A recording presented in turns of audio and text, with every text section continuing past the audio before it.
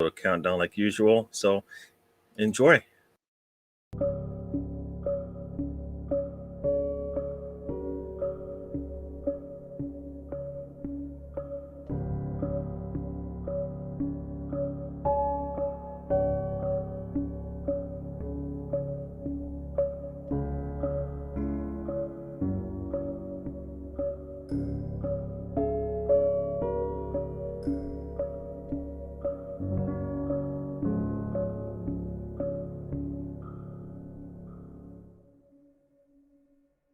Hello, everybody. Welcome to the road trip.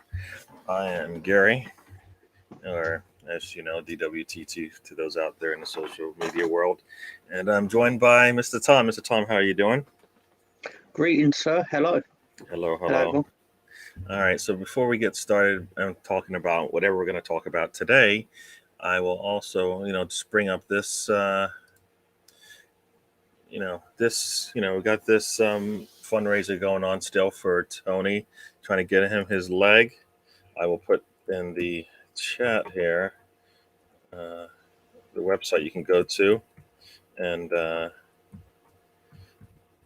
help out or share. So one or the other, we appreciate it. However you want to help out, that's fine. Still about a quarter of the way in. We still got about 3/4 to go. Hopefully you can support us. Support Tony in any way you can. He's not available. He's not on the show today. Not usually on the show on the weekends, but once in a while he will show up. But you'll see him on the trip on Mondays. All right, so that's that about Tony's leg. Let's help him out any way you can. All right. So next up, I guess we'll get started here. I think everybody's getting ready for the game. So people haven't joined us yet, but hopefully they will in the chats there. So let's get started. So how long till your game kicks off? It's 8 hours. So 8 hours from now. 8 hours. And you're against Chelsea? Yes. Right. Oh, I did remember that correctly then. Okay. Yep. We're playing Chelsea, so that should be that'll be cool. That'll be interesting. And it's weird playing teams from your own league in different countries. Yeah, it seems weird that you have to do that, right? Yeah, it's not uncommon anymore. Like, I shouldn't say it like, it hasn't been happening for the last 20 years, because it has. There used to be the Premier League Asia Trophy. I think that, I could be wrong, I think that was like the first of its ilk, where every year 4 teams would go to China or Malaysia or somewhere like that and play a mini tournament. And it was very controversial at the time, but it's more commonplace now. I think before COVID was a thing, I believe part of the contract drawn up for the Premier League was that all the Premier League teams would actually have to take part in that competition on a rotational basis. But I think COVID sort of muddied that a bit. But that's something. Yeah. I mean, I get I guess first and foremost, the preseason is supposed to be what it is. Preseason, get ready for the Premier League season, which we know is the toughest. But then I think, like anything else and everything else in sports, it's turned into replacing that S in sport with a dollar sign, at least over here in the States and probably around the world. And so the first thing they think about when they think about preseason now is how can we get more money out of everything that we do? Right. They see it as free money, don't they? Yeah. They definitely have decided that, you know what, if we can get more eyes on this thing, then we can make more money on this thing that we called football. And they keep doing that. So yeah, it's good and bad. It gets the word out there, but it's bad because it starts to muddy the waters in regards to what these teams are actually trying to do at the end of the day. So yeah, now Chelsea tonight. We should see. I think they have. I guess we'll see Sterling today, which will be interesting, right? You're going to have Sterling on one side. You're going to have Jesus and Zinchenko on the other side, most likely at some point, maybe in this game, maybe at the same time. We shall see. So that should be that'll be cool. That sounds right. Yeah. Yeah. Zinchenko, I think, has been practicing with the team, which is good sign. Which means he said he's ready to play. So why not? It's just a matter of where will he play. Yeah, I imagine so. Just he seems to be seen very much as a utility man. Plays wherever he's asked. I get the impression, but Yeah, which is good and every bad, team right? needs one.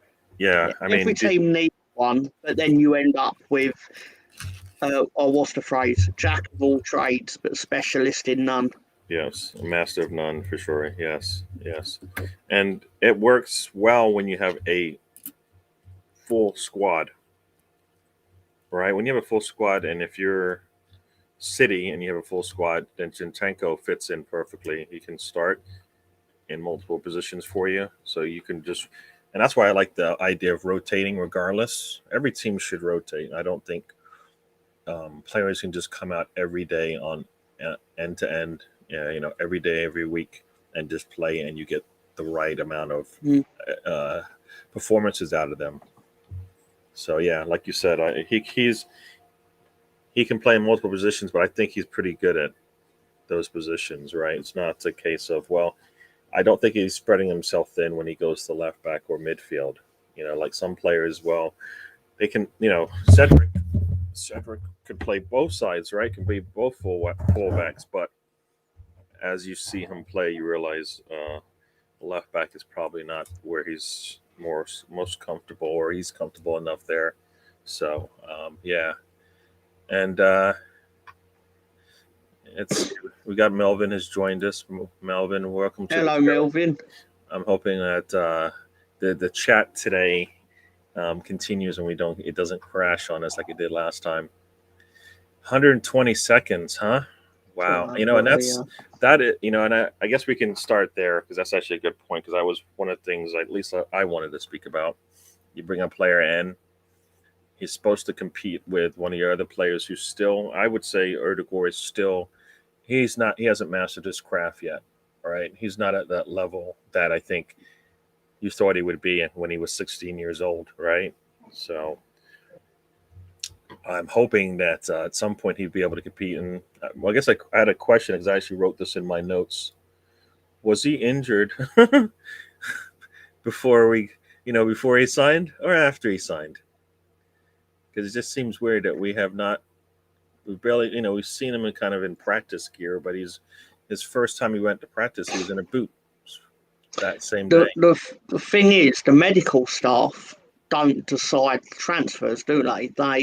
They give a overview of the state of the player physically, and then they may well have said this could be an issue, but then they weigh it up as in, is it an issue that will persist?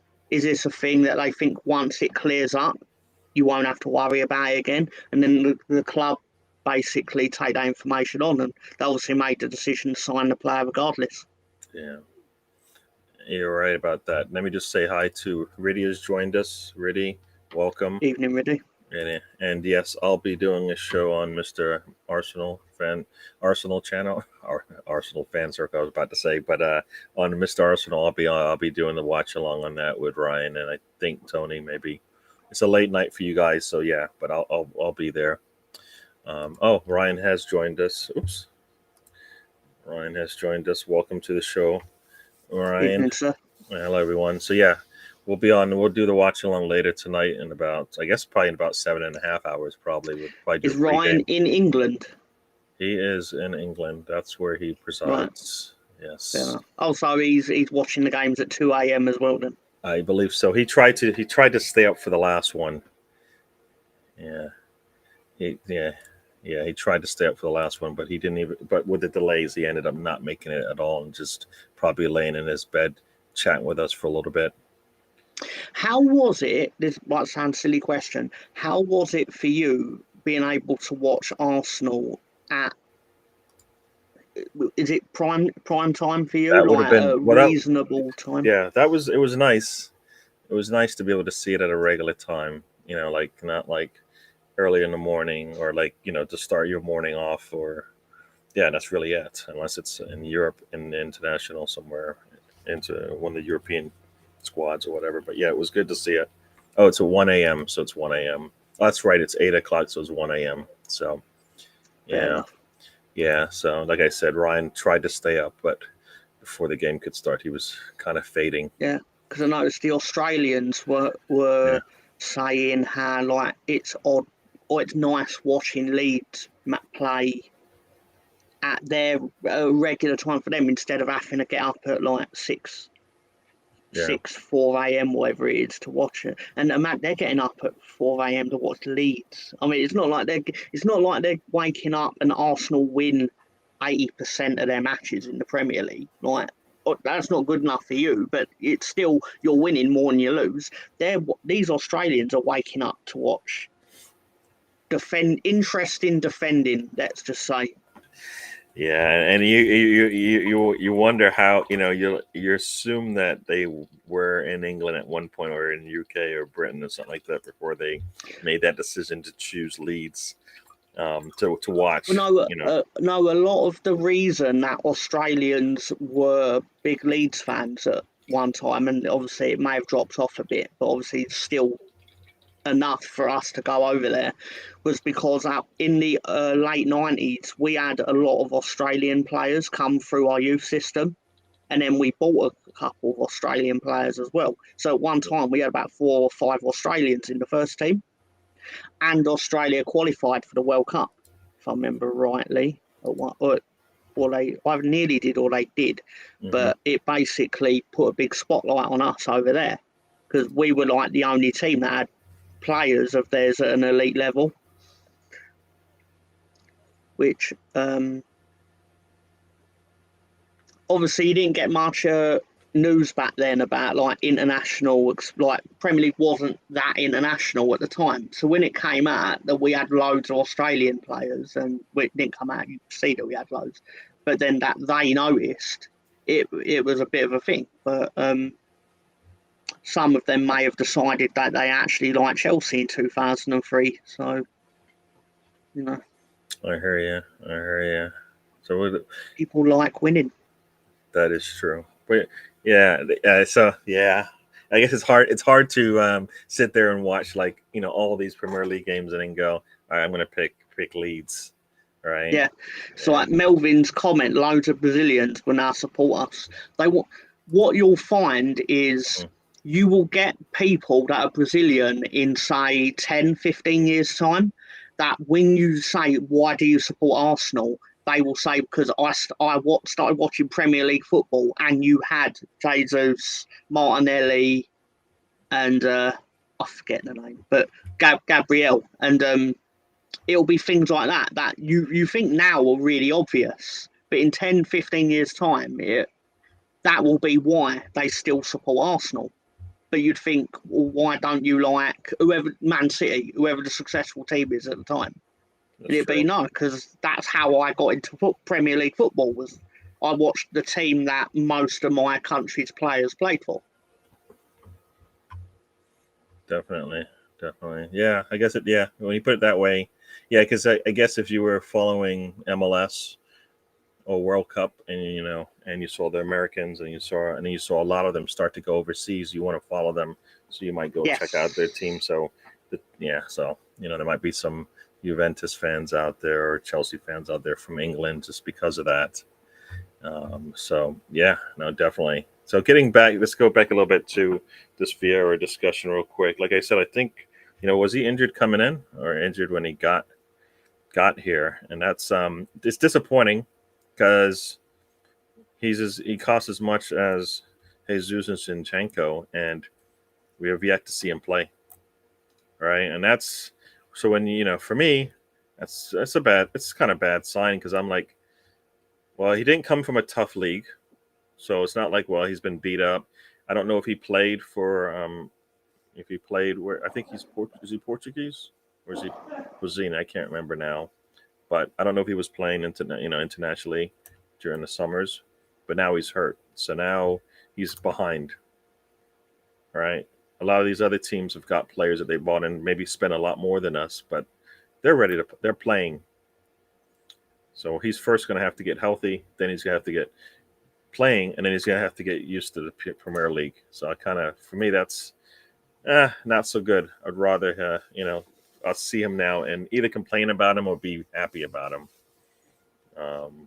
So we'll see. I think you find though that a lot of injuries in pre-season will get exaggerated in the context that if you even slightly suspect a player is injured, you're going to take them off, or you're not going to play them because you don't want to make it worse.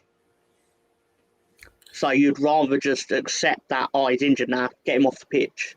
Yeah.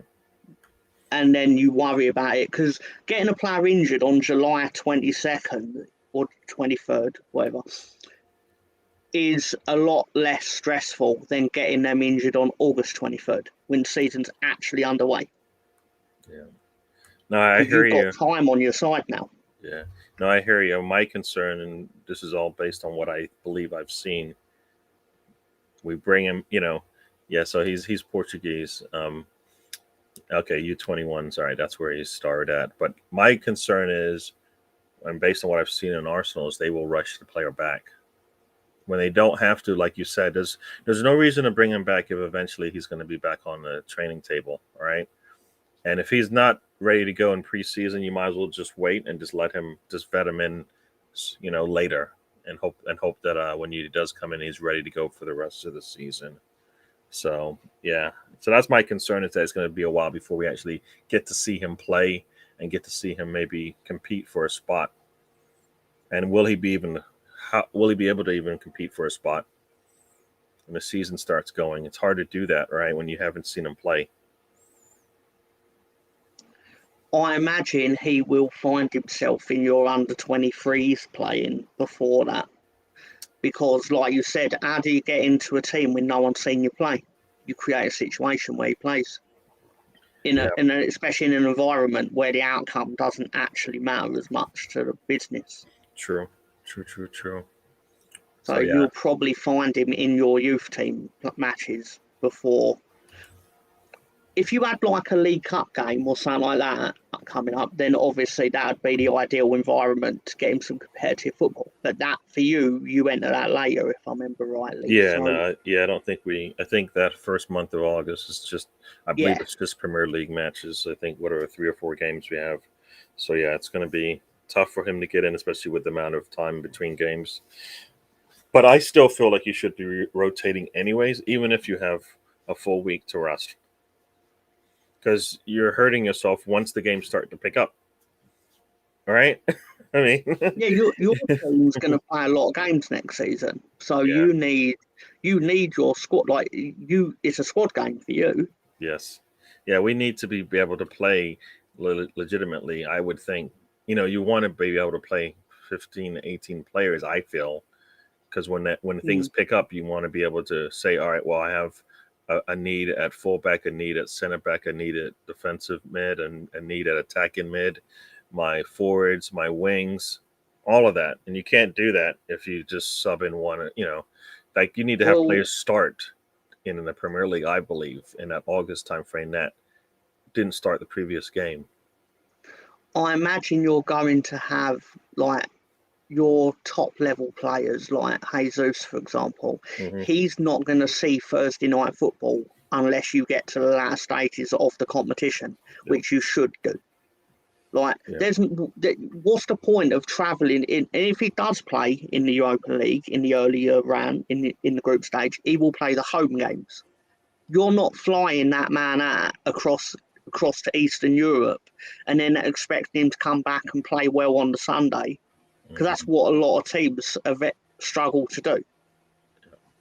Well, and that's with that, that's why it's really imperative that Eddie gets some time on the pitch, and I don't mean like 30 minutes. I mean like starting a match and actually, if it need be, seeing it through, or being in a position where he's done more than enough and it's time to come off. But it's definitely important that you do that, and that's for me, that's part of why I think preseason means something. You want to see, you've seen them practice against themselves. It gets boring. right? Practicing and playing against the same teammates over and over again. You go out there and play against somebody different, whether they are the same level or not. It doesn't matter. It's just getting out there on the pitch and actually being able to perform what the manager wants. It looks like Riddy gets to go to the opening game, so that's pretty cool. Yeah, yeah, yeah. So Eddie's guaranteed to play them all, but he needs to play long before they start. Like, right? I He's mean, he can't. guaranteed to start him. Yeah. Really, did you make the contract for Eddie when you decided to give him 100 Well, I grand don't a think week? he Is means that like on part of the paper. contract? He doesn't I mean that know on what paper. he means. I'm just being a prick. And you know what? You don't want to get on Rudy's bad side, do you? Not this early into No, the he'll show. start calling me the voice of the championship again. Oh, I hurt my feelings. If I had feelings, that would have hurt him. Yeah, don't mess with Rudy, man. On his day, No, he brings it. He I've brings read it. his Twitter. He's got a sharp tongue, man. Yeah, the Canterbury Gooner. I had to figure out who he was first because I was like, "There's no Rudy out there in the world," in the Twitterverse. So yeah, yeah. No. Like I said, I kind of feel like Eddie needs to be part of a good rotation. So if we're thinking that Jesus came from a good squad, right, City, and doesn't have to play 30 games in a season because they can rotate players in and out. We need to be. I think we still need to be in that same situation, not because we want to mimic them, but because we want to be able to get the best out of them when we play every game that we have to play this season, right? I don't think I think the days are gone, and this is probably more an indictment on the athleticism and the health of the players that they can't go through a full season, cups and European Championship, games, playing most of them. I don't know if you want to get the best out of them. I think you have to be able to sit some guys, right? Or you have to be in a league that's much easier to defend, right? At some point, Bayern Munich doesn't have to worry about winning the league anymore, right? So they can just focus Yeah. on everything else. One thing I will give modern footballers above older footballers, like older eras, because the easy thing to say is, "Oh, we played 60 games a season." Because back in the top division in England, back then you'd play 42 games because the league was bigger. But the thing that they don't tell you when they say, "Oh, we played 60 games a season." I'll get to that. Don't worry. I swear that's what threw me for a second. Anyway.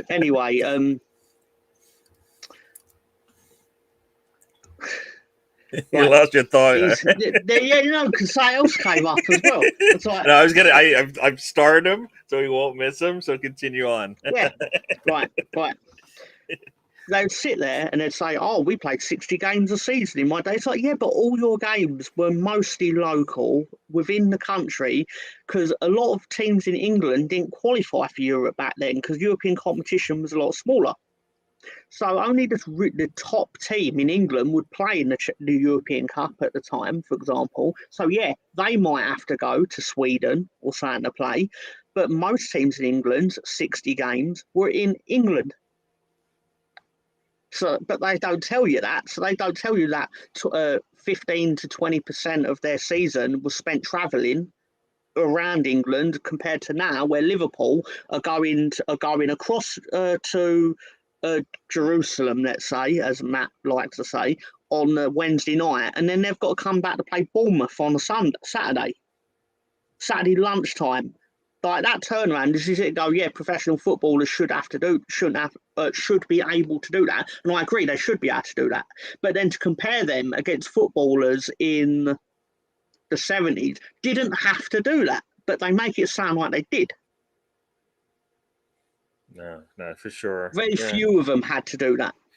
I mean, comparatively. The reason why I kind of look at it and go, well, many will say that the athletes of today are probably more athletic and more have a sustaining power and ability to recover more now than back in those days because of all the technology and all of the um, things that are that they have access to in terms of healthcare and the way that they treat the athletes. So yes, they might travel, they might go on a 3-4 hour flight, but more than likely they're sitting in first class with their legs up, not in a cramped bus driving for like 2 hours or something like that, right? And then they've got, massage therapists and probably a hot tub, Hmm. ice bath, all these things to make it easier for them to come out and compete. Oh, the only way I'll ever defend this is when people mention it as if, like, comparatively to older generations of football. But Sure. like you say, they are pampered to the extent where you are in the best situation to do what you're doing. It's Yeah. not like you're sat in a seat where you've got that much leg room and things like, you're hardly being tortured in these situations. Yeah. So, you I know. mean, this is the other point too, right? So the squads are smaller, which means you don't have the depth, and you only, you get your three subs, and that's it. And none of the, now we're at five, but three subs, smaller bench, and replays, right? Arsenal is, has experienced a replay multiple times, right? So that gets adds more games to your season, but the players did it, right? They just did it and made do with what they had. So I think it's for me, it's part mental, and which has been this is the case for all sports. The mentality of the athlete is not as strong as it used to be. Whether you just go out there and play, you always hear, "I just want to go out there and play football." Well, show me when you get out there and play football, and then they don't. You're like, Well, wait a second, wait. ultimately in sport, there's a winner and a loser. That's what's great about sport. Yeah, I know in football we get a draw, but ultimately at the end of the season, someone won, someone lost. yeah, And obviously, the person that lost likes to have they don't want to turn around and go, you know what, I lost because so and so was better. They'll have to mhm, turn and go, oh, well, I was travelling and I was sat in, they're not going to say they were sat in first class, but they're going to be like, I travelled across Europe on Thursday night, sort of thing. And it's like, why can't you just turn around and say, you know what, Liverpool were better than us on Sunday, but they can't because they still have to just like the managers sit there like rightly or wrongly, the manager doesn't want to have to turn around and say, you know what, they were better because the chairman's then going to turn around and go, well, why are they better? I gave you 100 million. Why are they better? Sort of thing. And then because then you're indirectly admitting you didn't do your job. But then if you could spin it into such a way where, oh, the referee fucked us or the travel fucked us or whatever, the chairman's more likely to be like, oh, maybe he's right. Maybe eventually the results will tally up and he'll go, no, I don't care about all these excuses. You fucking lost. But isolated instance, when you don't lose a lot, you can get away with it a lot more. true, true, true. And Like Jurgen Klopp's got away with it a lot. I do believe that the team was better than us. We did not prepare as good as we thought we did, and we lost today. Is actually okay. We will try to do better, and hopefully we'll see that in the squad the next game. But yeah, this is. I mean, I don't think he's guaranteed because of the money. Right now he has to play, so he's guaranteed minutes in a Europa League game. Start most likely because we have nobody else behind Jesus. All right. I mean, like you said, if we're traveling, we probably want Eddie to play, and maybe at the in a rare situation where we need to get a goal, or Eddie needs to come out.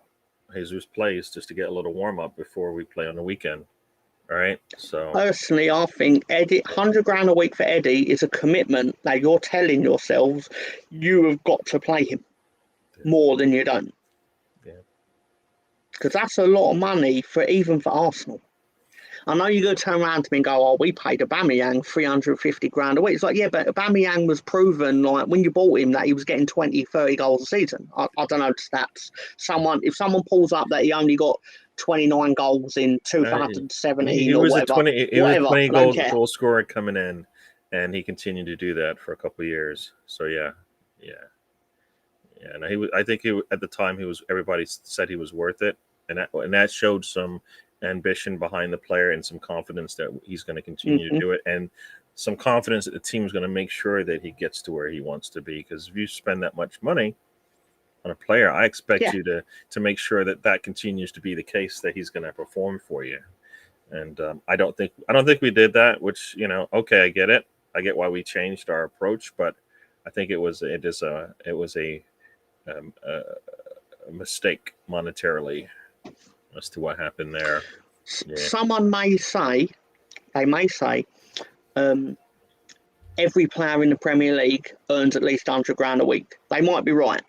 Mm. That may be true. But you're not going to find many players on 100 grand a week that came through a youth academy and don't play. Well, he's been around. Those players are going to get played to justify you giving them that sort of money. Yeah. Yeah. No, for sure. Same as Saka. Yes. Yes. But, the difference with Saka, though, as he Saka does play, but I mean, he's solidified a starting yeah. position on the squad. Had he, even when we really needed to see if he could do the job for us, still we were hesitant to bring him in as a team. And it's like Riddy still wants to talk about the city of zinc, even though or make sure you get your zinc every day, or every Sunday for us. We'll see. We'll get our zinc, and I guess some Thursdays. So yeah. Now we were talking about the athletes themselves. Yeah, I kind of, like I said, I feel the athletes today really can't complain. They do, but they can't. They get paid more. They don't have to play as much, and they have all the support to make sure they can succeed. I'll tell you something that I both simultaneously love and hate about football, and it amuses me, is when teams buy a player. When they first hear the rumour that they're going to buy a player, they're like, yeah, bring this player in. Oh, yeah, we've got to go for him. You bring him in. It's like, oh, yeah, this is great. Oh, it's the greatest thing since sliced bread. I love this guy. It could be anyone. It's not necessarily Zinchenko, but this will apply to him. And then he doesn't play great in a friendly, or doesn't play great in the opening game. And then the same people who are like, buy this player, buy him or I'll cut your mum, sort of thing, we're all like, oh, this is a mistake. He's shit. What are we doing? Why did we pay 30 million for him? And all this. And it's like, just brilliant. Brilliant, but both brilliant, funny, and makes me think, you fucking CUNTs. I hear you. I mean, I assume that they brought them in because they could bring something to the squad. I'm thinking, I guess I'm really generic on these things. When they don't perform, I'm like, all right, well, I'm going to give them a chance because there was a reason why we brought them in. But at some point, you have to say, look, it didn't work. This player isn't the one I thought. Like, for me, last season, the case being that we brought in Sambi and Tavage, and I thought, all right, that means that they've got confidence that they can bring something to the squad. It wasn't 30 mil, but it was some monies that if you took both money you spent on those two players, you probably could have bought maybe a player that comes a little bit more credibility and a little bit more closer to being a Premier League player when they got here. So for me, yeah, I'll give them a chance, but at some point I need to see something more, right? I always say I need to see more. So. I think it's a price. I think you've got him at a price where it's potentially going to be a massive bust or great value, depending on which way the pendulum swings on his performances and the way he's used. Yeah, you're talking about Zinchenko? Yeah. Sorry, yes. Like 30 million, again, potential to be. He could play at such a level where you sit there thinking, I can't believe we only paid 30 million for him. But then he could turn into performances where you sit there and go, I can't believe we paid 30 million for him. True. Very true. And that's where we are right now. We don't know about Zinchenko, but we do know about Vieira. We spent 30 for him, and we're like, damn, it would have been nice to spend 30 on somebody else and maybe actually get them to see him on the pitch. So we'll find out. Hopefully we see him. But Zinchenko, so he's officially now an Arsenal player. We've seen him. I don't even think we got an announcement, if I recall, that I can recall, like a big one. No, I think you did put it on Twitter. No. We put something on Twitter, but it wasn't. To me, I think the whole Jesus thing just basically soured the whole, announcement of a new player coming to Arsenal, because it was like a week of like, well, we know he's joining because you just took videos of him a couple days ago, and still nothing. There's no pomp and circumstance around it anymore because, like, say, for example, most random example I feel off the top of my head. When you signed Sol Campbell from Spurs, it was literally no one saw it coming. He just literally decided, you know what, I'm actually going to go to Arsenal. Then it was announced on the news, and it was shocking because no one saw it coming at the time. Whereas if it was now, Fabrizio Romano would have made about 30 tweets about it for 4 months during that period where he could negotiate during the 6 months where he's allowed to negotiate his next contract. Romano would have been all over it for 6 months, and you'd pretty much know where he's going. So there's no there's no surprises in football anymore, because even the surprises you've seen it coming before it happens. So the shock is out of the way. Like, you know, you'll get who you're likely to get 2 weeks before it happens. True. No, yeah. So, yeah, no, you're right. But yeah, Zinchenko is in the house. He is. I've seen him in multiple kits for Arsenal. I think I've seen him in the black kit when he signed, and now That's a I've seen him nice in kit. the gray, the training kit that they wear, hanging out with Jesus. So him and his buddy from a previous team are out there practicing, and that's a start. We need to see him in a shirt tonight, and hopefully on the pitch at some point. It'd be really good. I mean, I guess I was looking forward to seeing him play in midfield, but I think as Tony would have said, he's played a He's lot going to play as a left left back. back. He's played a lot at left back. So, I don't necessarily know if they brought him in for the left back or not, because that seems a little bit anti-Arsenal in the way that they would work. They would err on there. Let's just bring in Zinchenko for support, because I don't, it's hard to put him in midfield and knock somebody to the bench. But aren't all your left backs injured? No, they are. So that's why he's good coverage, right? It's the Yeah, same thing with yeah. Lisandro, right? We're going to bring Martinez in, and we have him in, and he would be coming in to at least help on the back line. If we had to go left back, but more likely he wants to play center back. But with Zinchenko, same thing. He can play left back, and we have a left back. They're not all injured. We have a left back, and the same left back is on the market right now, maybe to go to Atalanta, I believe, on a loan. And if Arsenal gets their way, there won't be any buyout option on it. So we might not have a left back in a day or two. I think they're supposed to make a decision on that next week, is what I think I read.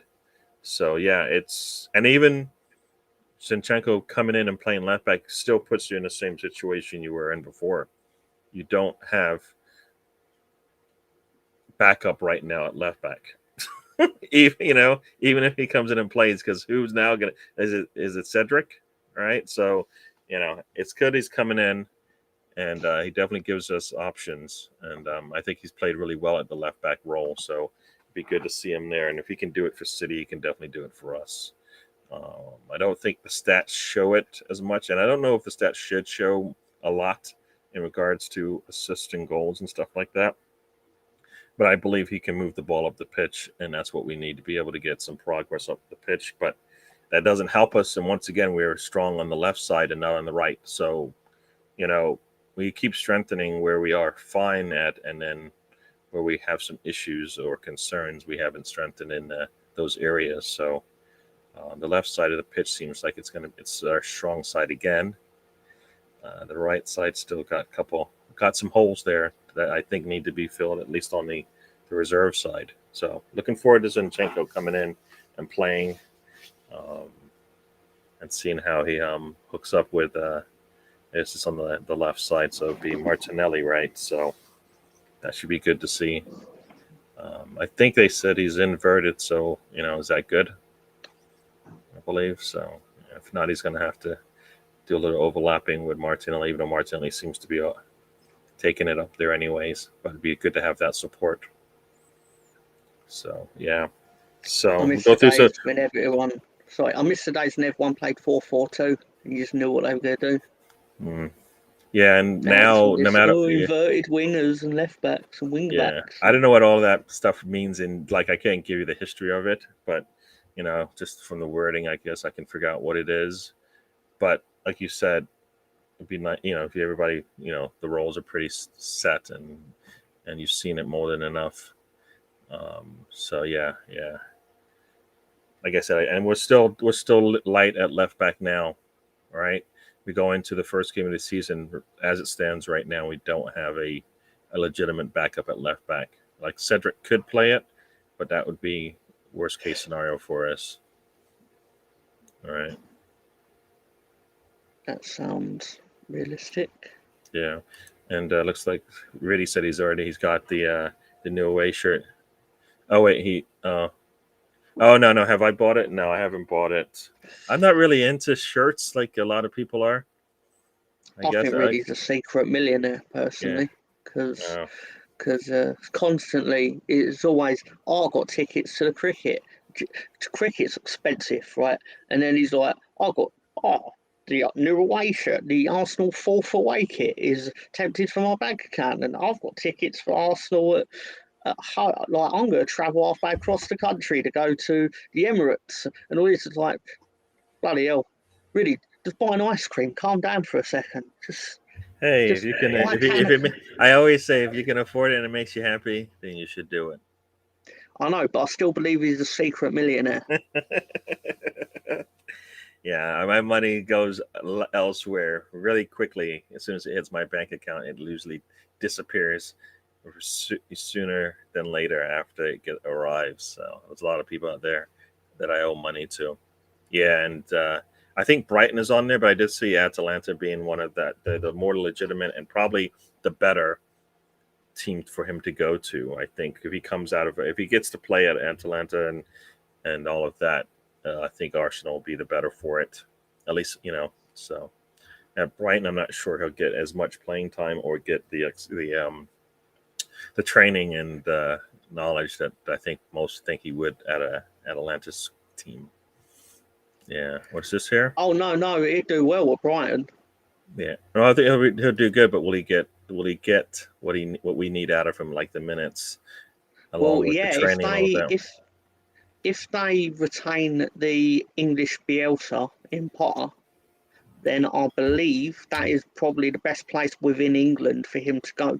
Yeah, But yeah. sorry, as you was going to show something about the other team.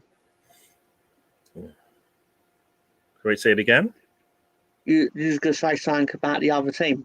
No, Really? Atalanta. I just think Atalanta might, from what I've read, that he would No, I be. get that. I Yeah. mean, Riddy's next comment that you was Oh about to yeah. flash up Oh yeah. is Yeah. about Just that other team.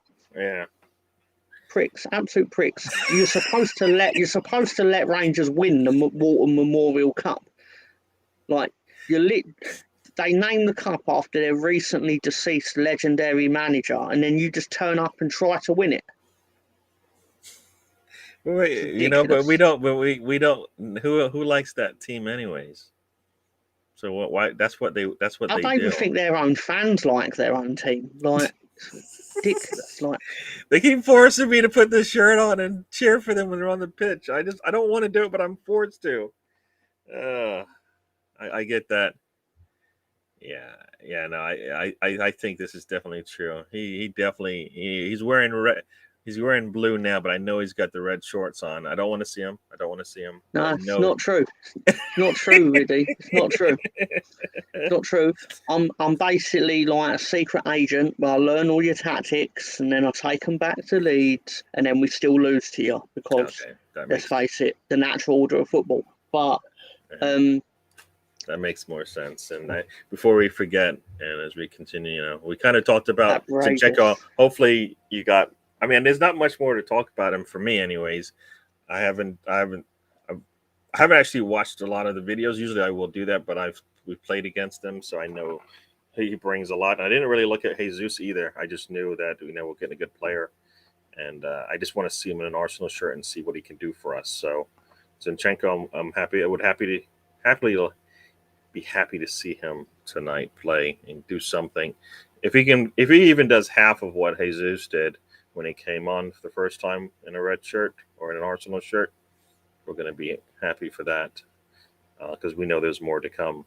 So, and if he's playing left back, we know that we'll get some more better play out of that left side. So there we go. So as Riddy says here, it's not that he's just the voice of the championship, but the wrestling championship, just to be specific. It's quite witty. That's quite witty, really. I will give you that. It's very good. Sorry. Yeah, So like golf clap. Well done. there you Well go. done, sir. And there was another comment here that I think you wanted to. Oh, this is the one here. I don't know if Melvin's still with us right now, but yeah, he's you might get a letter in the mail using the dungeon as part of your description.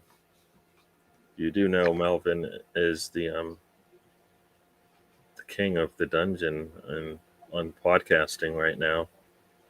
You never see him. You never see him in it. Whereas you're a lot of times are sitting like right now. We can't tell you're in it because of the lighting, but we don't. I exclusively operate from the dungeon, so because why not? Yeah. Sorry, just got a text. I just want to make sure I'm not missing something here. It's might be a family text there. So I will let you. I look forward to receiving a letter from you, Melvin. I might feed it to one. I might feed the paper to one of my victims. It'll save me some money for a day. Right. Yeah. Sorry about that. I got a text from one of my kids, so I am checking in with them. So yeah, come on, Riddy, say something else witty. You're a funny fucker, Riddy. We all know that. Let's see if he's still. Is he still here? Yeah. Oh, this is just the last one, and you know this, yeah. So, yeah. And I think there's more a case of you being a secret goon and him being a millionaire. So, I think you lose. I prefer it if he was a secret millionaire, because then I'll start being nice to him. There you go. Maybe he'll be able. He'll walk by and a jersey or ticket will just fall out the back pocket, and you'll be all the happier for it. Yeah. Yeah. So Arsenal plays tonight, and so what are you actually looking for from the game? Are you in sorry, I'll ask the question a different way. In pre-season, are you a performance person or a results person? I'm always a performance, and that's actually good. You know what?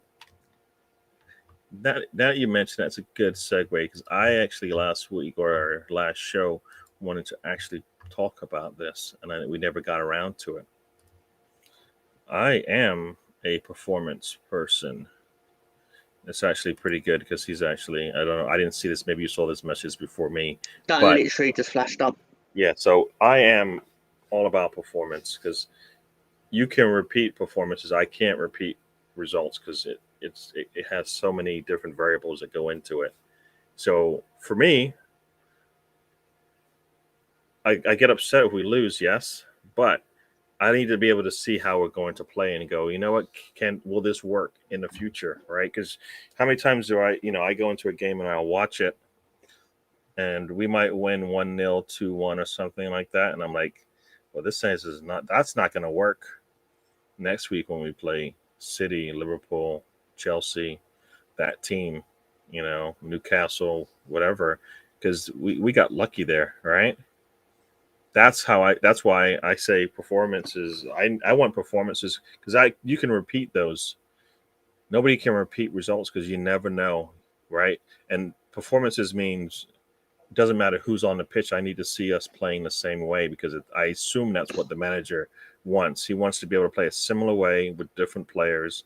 So week in, week out, he knows he can have a better idea as to how things are going to go. So for me, performances, results will come with those performances the better you get at it. And that's why, I'll look at a team that's lower in the table and go, you know what? They know exactly who they are and they are playing to those strengths, but they don't have the quality of player that we do. So sometimes we will end up beating them. because we just have a higher talent level than them. But they are playing their game, and it doesn't matter who they play against. They're playing their game, and it works sometimes, especially when they catch the other team off guard.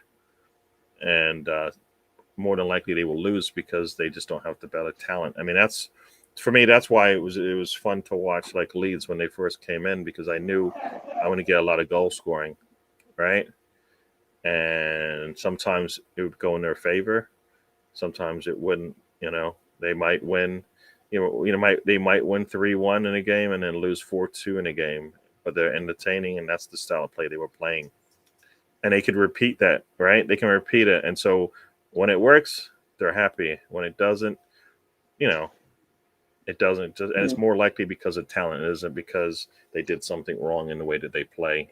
If a team can get you out of your strength, right, then they got you, right? When you're catering to their strengths and you can't do your own, then you've just like cut yourself twice, essentially, right? So for me, performance over results any day.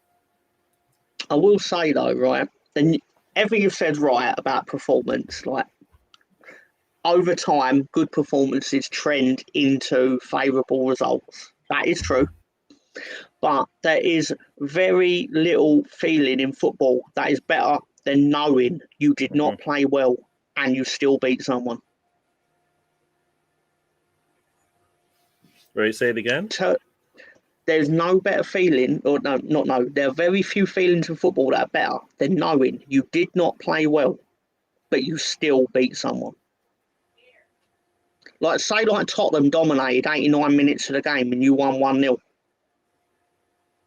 Because you know they are furious because they played really well and got nothing. Yeah, but then if you did not play your game and then you go out the next game and over time, that is not good. Yeah. Because over time, you not playing well is going to turn into you losing a lot. Yeah.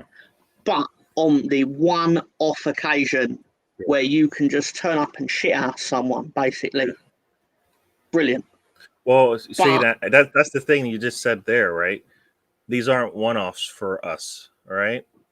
Because if they were, they're not one-offs for us. And I'm trying to figure out how I would phrase this, but they're not one-offs. No, I know what you mean, and you're right. Because you have another game coming pretty quickly. So on a bad day, if you're able to steal a result, you'll take it.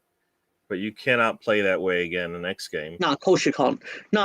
Because if that happens a second game in a row, you're losing. Yeah. So, like, I'm a performance person, but reality is football is not a performance business anymore. It's a results business, based on the fact that there's no room for sentimentality when things are going wrong. Yeah, and that's part of it. I mean, for me, that means that's when you start taking away from sport. All right, in sport, you're going to win some, you're going to lose some, but I was going to use Bielsa as an example, but the actual best example of that is Wenger. He's the most successful manager you've ever had, but you wouldn't know that from how the fans treated that man. Yeah. In the last 5 years of his tenure, you would have thought that he was the worst manager you'd ever seen in football, but he happened to have photographs of the chairman with a horse, and that's how he retained his job. Yeah. But if we are poor against Burnley. Yeah, no. So you will be getting letters. So you're in trouble there. That's all right. I'll live. Yeah, I guess we're playing the Chavs. Yeah. So like I hear what Melvin is saying here, but we're just talking about I'm not talking about you doing it to Burnley. I'm talking, say, like in Arsenal context, if you did it to Tottenham and if I did it to Man United, I'd be thrilled. It'd be hilarious. But if you do it to Burnley, you'd be relieved, but you wouldn't be. Yeah, you would be relieved you got the points, but then you'd be sitting again. We can't do that next week against Chelsea. Yeah, and that would be what happens on this show. And you know what happens with that kind of like mindset well, you just won a game. Why are you so upset?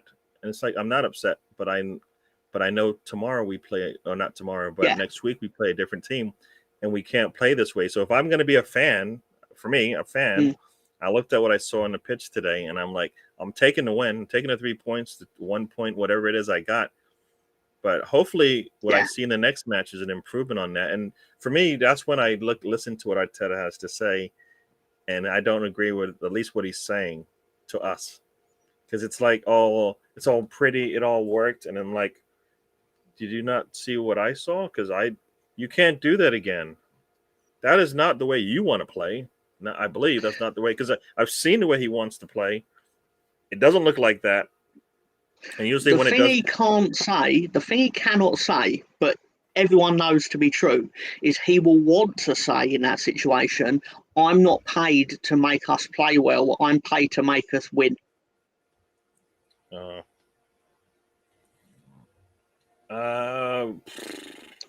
but that is what that's what he wants to say, but he can't, because he'd get battered for it. Well, that's that. Well, well, if that's the case, then the team isn't. The team isn't backing you up, right?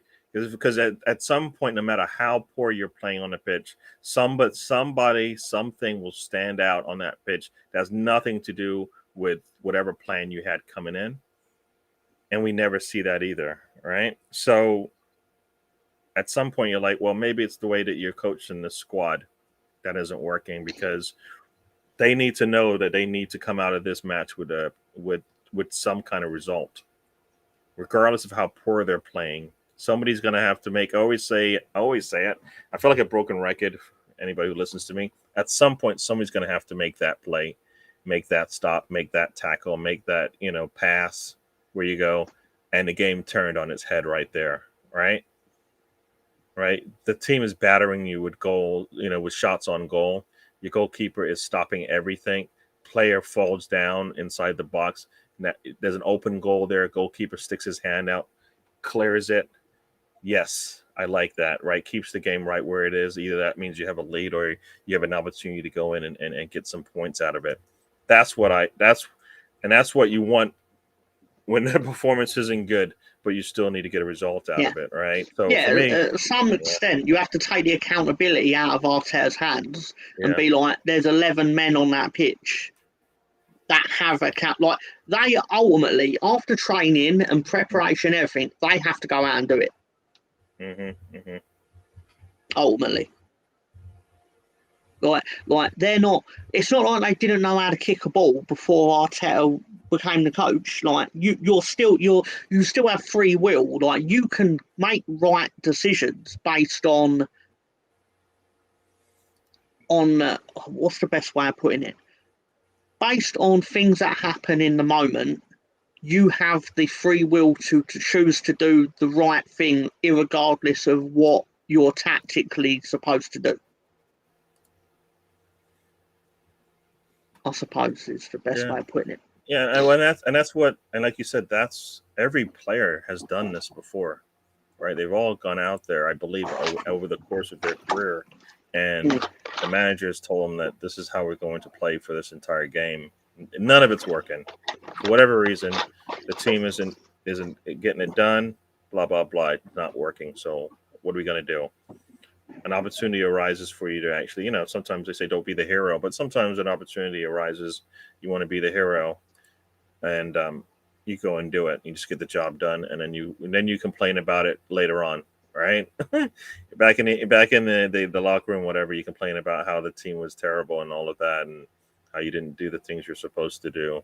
Manager comes out, says the same thing. So we'll take the 3 points, but this isn't the Arsenal way, as they say, as some people will say. And this isn't the way Leeds plays. We're definitely better than this. And, this is true for every team. And that's why, once again, performance over result. Because you can't build a club on just results. Because like you said, then you just get a blip. Right? Nobody thinks we don't want a blip. We want to be considered one of the top teams in the world consistently, year in, year out. Right? Results matter ultimately when you're not doing well, and you have the best example is when we sacked Bielsa, we were then in a situation where performances were irrelevant because we needed points, and we needed more points than Burnley ultimately. So even if I thought we played quite well at Brentford on the final day, but even if we'd have had 1% possession and beat Brentford 2-1, I wouldn't give a shit. Because ultimately we just needed to move ourselves one position higher. Performance was irrelevant. Result was the difference between selling two of our players for 100 million and selling them both for whatever the release clauses were, like 40 million. Yeah. But the same thing at the top. Performances trended to put you more at the top, but ultimately you hit a point where you needed results to get yourself above Tottenham and you didn't get them. True. And Arteta has shown that he will he'll take results over performance, because that's how he started his career. Right? He didn't really have the opportunity to say, here are the players that I want, here's the style that I want to play. Let's get this thing done. Right? He went out there and took whatever players he had that were familiar with a particular, way of playing, and just rode that thing. You're like, okay, cool. And we were able to get an FA Cup out of it. Then he gets his hands all muddy, right? Gets his hands all muddy and gets in there, and he's trying to show us what he wants to do. And you're like, all right, so now we're expecting to see better performance day in, day out, because we're going to get our Arteta ball. We haven't seen it more than enough. I don't think we've seen it a quarter of the games. You know what I mean? So I've seen it. Yeah. There's a few games where I go, if that's where he wants to play, I want to see more of that. I never see those style games. And anytime somebody brings up last season, they bring up the same games, right? And then, everything else is like that. Well, that's not the way we want to play. And it can't always be because of injuries. That's why performance is key, because you're going to see a similar performance out of your squad no matter who's on the pitch. You can't guarantee the results, but the performance of the squad will be the same. Right, and that's why you have to have depth, right? You need to be able to rotate players in and out. I mean, for us right now, we have maybe a stronger 11, but we don't have enough squad to where we can absorb any kind of injury, and that's still in some of the same spots that we had going into last season, right? And the end of the season, so they didn't answer those questions. They just strengthened us where we are. Yeah. Can I answer the question purely in a pre-season context? Yep. Because I think because asking performance first results for pre-season is different to asking it for league play, right? Performance matters 100% more in pre-season unless you lost badly. Like, for example, Frank Lampard probably wasn't as bothered by how they did against Arsenal compared to how they did against Minnesota United, because that result, losing 2-0 to Arsenal, it's not an ideal outcome, but it's a likely outcome, because ultimately Arsenal are a bigger, more I don't say more funded, because they're not. Everton waste a lot of money, but you're set up to beat Everton ultimately 9 times out of 10, whereas Everton should wipe the floor with Minnesota United realistically, and the opposite happened.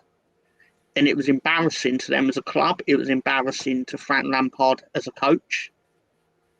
And I'm glad it happened. But because fuck Frank Lampard, fuck Everton. But that should never. I've watched it twice. I was that happy. I've seen the highlights twice. And then I actually, at work, got people to watch Dele Alli's miss from 3 yards out. I was calling people over to the computer. I was like, come and have a look at the state of this miss. Yeah. Now, and have you seen it? I haven't watched. The only time I ever watched another team play in preseason was when I was waiting for Arsenal to play. That's how interested in the preseason I am for everybody else, which is not at all. Even like, I want to laugh at these teams. I didn't look at any of them. I don't, I'm going to watch a lot of them during the season, because, Arsenal won't be on Saturdays and Fridays and stuff like that when the season gets going. So I will watch a lot of them there, but no, I haven't watched even to laugh at them. I haven't done that, and you can enjoy it. I only And like watched you it to said, laugh. like you said, watching them, losing to us and losing to Minnesota, are two different things. Yeah. And They're not going to remember that they lost to Arsenal in pre-season. That's no, forgotten. That's long yeah. gone. Whereas for a long time, they are going to carry the stigma that they lost to Minnesota United. Because it ain't that they just lost to an MLS team. They lost to a new MLS team. Like, that club has existed, 4 years at most? Like, they are relatively... Like, I think the only team they could have lost to that was worse would have been Nashville, surely. Mm. So you know more about the MLS than I do, because I don't know who's newer. I know there are new I teams coming in. loosely follow it, yeah. No, you It's know mainly that. read it, yeah. I don't even know that. I I don't. mainly read about it for the betting purposes. And you're in that field, right? So it's probably a little bit different for you than for me. That's not my field. So uh, at work, I am not looking at. I use sports as a kind of to block out kind of all the noise. Otherwise, as opposed to I see Yeah. sports when I look at the screen for work. But yeah, no, It's everywhere at work, yeah. So yeah, so like I said, I think in preseason, like you said, in preseason the results also matter too. Like if you went, for example, Leeds, the way that they finished off the season, uh, or Everton, or any team that was at the bottom of the table where they didn't get the win that they needed, maybe, and they got lucky, right? And so it didn't really matter at the end of the day. Well, they want to change that stigma. Like Arsenal last preseason, we didn't. I don't think we led in any of the games. We didn't win any of the games, and you want to change at least that kind of persona of your team, right? Like we come when we play, we expect to win. So we're going to go out there expecting to win every time, and just take it to the other team. And players that are coming in behind, they need to do exactly the same thing, right? Oh, I think Riddy's going to go. I don't know. Do we show this It's joke? no, it's a Fergie joke because that's the common denominator. They all have someone involving Fergie, but I Yeah, don't know the controversial yeah, take that he's yeah. about to type out. Well, the fact that he started with the most controversial of the three is the problem for me. There's a Thank you, problem. Melvin. Oh yeah, Melvin, thanks for joining us. If the battery's low, don't you have people in the dungeon that can get on the bike and start running? Getting the battery working again. Is that how that works? Or do you need to feed the battery? Is that what you mean when We you say must battery? we we must run our dungeons in different ways. Well, this is the backup plan. This is why, there's a usual Yeah. plan and there's a backup, right? Don't you have a backup plan where you have like cycles or some guys walking around this big, like, Oh no, that's what I would do. I'd get MoMaster on the bike and just like drum up some electricity quickly. But you know, Yeah. No, it's good having you on, Melvin. I hope you enjoyed what we were talking about, and maybe I'll see you later on tonight. Oh, see, the bike's broke. uh, Oh, crap. Yeah, that makes sense now. Yeah, buy a whip and get them to fix it. there you go. So yeah, Melvin, we'll see. I'll talk to you later. Thanks for joining us. Like I said, hope All you went there. enjoyed what we had to Yeah, say. Yeah. yeah, So yeah, yeah. so that All was right, all right. our performance versus results. And there's something else I did want to speak about. Similar concept. Yeah, left or right, yin or yang. Oh, here we go. So this is the answer. Yeah. It all went I'm downhill. sorry. I feel bad. I should have acted like I didn't know what it was remotely. I'm sorry, Riddy. I wasn't putting one and one and two No, together. I just realised I'm that sort of person. When someone like tells a joke and everyone goes, "I don't know what do Prince Andrew etc. have in common," like I'm the one who goes, "Oh, it's about Fergie, obviously." I should have done that. I'm I'm gonna sorry. say that Black Eyed Peas were there before Fergie. She just gave them a little boost, a little something, a different flavor. All right. So yeah. So everybody's saying hello and goodbye to Melvin. But yeah, there's another thing that came up today, and I thought it was an interesting thing to talk about as well. And this is probably true for most teams. When a player comes in, are they just happy to be here? Or are they happy to actually be here, meaning at this team? Because there was a comparison. Tom Canton from Guna talking, if anybody follow him, but I see he wrote an article today or yesterday. I was reading it. It's interesting in the sense that when they were comparing what the players said when they joined that team versus when they joined Arsenal, there was some consistency there between why they were joining the team. You know, they're joining that team. Most of them were there basically saying, I'm happy to be joining the Premier League. I'm happy to playing in a big stadium like this with the crowd and all of that. I'm They're happy going to to be play in the playing in Champions League. exactly. I'm happy to be playing in the Champions League. And versus when they join Arsenal, probably 9 times out of 10, if not 10 times out of 10, they come in to join a big squad like Arsenal and play in the red shirt. That's why they've come. And who would you rather have as a fan? Somebody who wants to put on the blue of Leeds, or somebody that's just happy to play in what I am really bad at this, but in the stadium. This is actually quite fascinating. You bring this up because I have a great example of what you're getting at. We are in for a player. You may have seen Tony reference it in the group chats and that, but we're in for a player called Charles de Ketelaar, who plays for Club Brugge, right? But the situation is basically we laid down a bid that AC Milan, who won Serie A and in the Champions League, can't match. They can't match our bid. He wants to play for AC Milan. Like, there's no fakery about it. He wants to play for AC Milan. He wants to play in the Champions League. Does not want to play for Leeds. Problem is, we're the highest bidder. Club Brugge essentially accepted our bid. But they want AC Milan to match the bid. We basically dropped out as such because we kind of accepted he wants to play for AC Milan, but AC Milan can't get close to the valuation that they want based on our bid. So basically, it's going to get to the stage where either Club Brugge have got to do essentially what we did with Rafinha, where we accepted something slightly lower so he could get his dream move, or AC Milan are going to have to drop out, of which we're going to turn around and go, our €40 million offer still stands, sort of thing. But I don't want the player. Or it doesn't stand because you know what, that window is closed now, and the offer now is then 35. we'd go, then it'd be actually we'll offer 38 instead of I get what you're saying, but I don't want the player because you want to play for AC. Like if he then turns around at the press conference. That's the thing they still do now because it's all Twitter based. But they say if he turns around and goes, "Oh, it's a dream to play in the Premier League and it's a dream to play for," if he turns around and went, "It's a dream to play for Leeds," I know he's lying because you want to play for AC Milan. I don't begrudge him wanting to play for AC Milan, not wanting to play for Leeds, because AC Milan are a much bigger club and institution. Like, I understand that. That's not what I've got a problem with. But you don't want to play for us, so I don't really want us to sign it.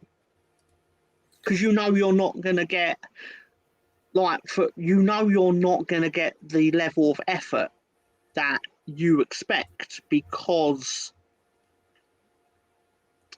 what's the best way of putting it? It's like Calvin Phillips, you were always going to get 100% because he loved who he played for and he loved playing for Leeds. Regardless of ability or days where he had off days, he never had a day where you could turn around and go, he ain't trying, he don't want it enough, because it would have been an embarrassment and an insult to insinuate that Calvin Phillips never tried in a Leeds shirt. I wouldn't even insult the man by even pretending to imply it, but I don't feel he's going to put in the same effort or anything close because he has no affinity for the club. And he's already made it clear he wants to play for someone else. So let him go and play for someone else. And that's where information hurts, right? Because there's too much information out there. So now we know what the player to some degree is thinking. And in the past, you wouldn't know it, and you wouldn't even care to know what's going on here. So I kind of feel like it kind of hurts. Like you get all this information, and now it's hurting you because we know more than we should. And he might be a professional footballer and come in and do a job for you, But like you Yeah. said, the initial perspective is that, you know what, he didn't want us, so that's all right. We'll bye. But uh, a relevant example on top of this would be Rafina. I'm pretty certain Rafina had never heard of Leeds United in his life. Yeah. Before he joined us, like, without being disrespectful to my club or him or whatever. But he didn't make it a secret. He didn't turn around and go, I want to play for someone else more than I want to play. Like, it was basically, do you want to come and play for us? We're a newly promoted club in the Premier League. And he went, yes, that's a great stepping stone for my career and my dream to play for Barcelona. Absolutely fine. Because when he still went out there, like you saw it when the ref sent off Luke Ayling and Rafinha spent 10 minutes trying to fight him because he's desperate to win football matches, regardless of who he plays for. Completely acceptable. And that's But if I'd have known, that's the professionalism of a lot of players. Some of them, Yes. they don't have that, and they're mentally just not that strong to go in that and out there. Those are little things. Where I want to play is little thing in the grand scheme of things, because you don't always get to play for the team you want to, because and that's the good and bad of being able to play in or outside of the country that you learned the sport in, right? Like if this were, and this is why I guess to some degree this is why the American sports are able to look the way they do, is because you're not leaving America to go play in the NFL, right? To the NBA, Major League Baseball, hockey. You're not leaving the country, but some of the states are sizes of some of the countries. Yeah. And it makes it so, and logistically it seems like it should be fine, but it isn't, because the football's different in the different areas, so much so that they're more technically savvy in Italy and in France and stuff, compared to England, where you got to have a little bit of brute force behind the way you play, right? If you're a finesse player in England, it doesn't look the same unless you're really good, right? And you still need to have a little bit of strength in the way that you play to hold up, right? You look at some of look at some of the old videos of Henri, and you see him moving around the pitch. Guys are putting in these tackles, trying to take his legs out, but he's so nimble, he's able to get away from them, not get hurt, and then he's able to, when they do get close to him, they don't bother him at all, right? He's got a little bit of strength there, so you gotta. So yeah, that's so yeah. It took him about 2 months to get used to that, though. Yeah. To be fair. And that's probably makes sense, but you have to look at the talent and go, does the talent outweigh what I see on the pitch today? I'm not saying that's bad. What I find interesting about that is, if football was social media driven, like back then, like it was now, what would AFTV and social media in general have made of Henri's 10 games without a goal? Yeah. And you know what? Even though he then went on to score the most you've ever had.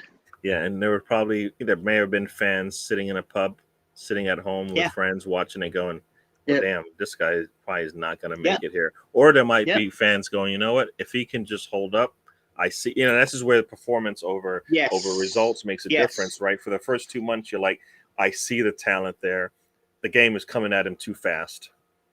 Once he can slow it down, and that's what you say about 90% of all the players playing on a pitch, on a court, when the game slows down for them, then everybody's in trouble. Yeah. Everybody's in trouble. Yeah. Everybody's and I'm still holding out. I'm still holding out hope that after in the third year, Rodrigo's going to come good. I'm convinced of it. Yeah, and really, I did watch the end. I did watch the end, part of the West Indies match, and I think I did see, India did pretty well in those 50 overs, if I recall. I'm not, from what I've seen from West Indies, I don't know if they can be able to catch them. They've seen like the last series, they had the same issue. This time they have a number to try to catch, and I don't know. I think they had lost a wicket by the time I had seen it. I think they were 40 for 1 at one point or something like that. So yeah, I've been watching. I do watch it. I don't know if ESPN shows it, has it up, then that's how I initially have it going. So I assume they are playing now. And what is it? Did they catch them? No, they weren't able to. Yeah, they were 3 short. Yeah, looked like a big number. I didn't think they would get that close.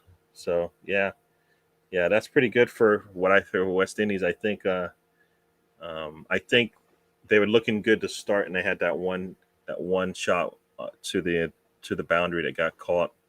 It's probably the difference in those 3 points, right? The three goal runs that they missed there. But yeah, so I do watch them. As I said, my dad's Bajan, so I watch a lot of the West Indies, and so yeah, I don't think they've won a series yet in a while. So yeah. So what is this? Perez took 6 months to get going. Yeah, and you know what? When players come in, if the manager, and this is where the manager earns his respect from the fans. Manager comes in, player doesn't perform. Either he calls them out because he knows that they can handle it, or he basically, he says, "Don't worry, things will, you'll see what I see." Sometimes you believe him, sometimes you don't, but eventually when you see it more than once, then you realize that he knows what he's talking about. And that's Klopp and Pep, right? When Klopp and Pep bring a player in, you might not see it immediately, but you eventually do, right? Like most people expect Grealish to come and earn his pay this season, and if they don't, they know he's probably gone. All right. Yeah, but with Haaland up front, it will be easier for him to rack up assists in theory.